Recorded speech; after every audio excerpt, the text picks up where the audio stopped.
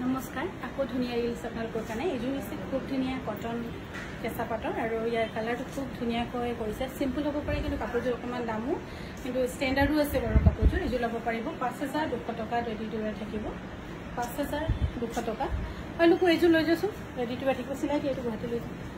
আৰু এইযোৰ হৈছে খুব ধুনীয়া কটনত কেঁচা পাট বোৱা পিয়ৰ যিটো আমাৰ পাটত কেঁচা পাট বোৱা ধুনীয়া যোৰা আৰু এইযোৰ ল'ব পাৰিব ৫,৫০০ টকাত ৰেডি টু ৱেৰ থাকিব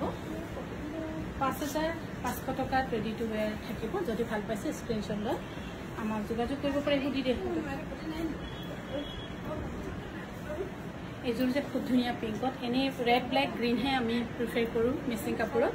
কিন্তু পিংকৰ কাপোৰটো মাল্টি কালাৰ যে খুব ধুনীয়া হয় এইযোৰ কিন্তু ৰেশমি পাটৰ 8,900 ৰুপিছত ল'ব পাৰিব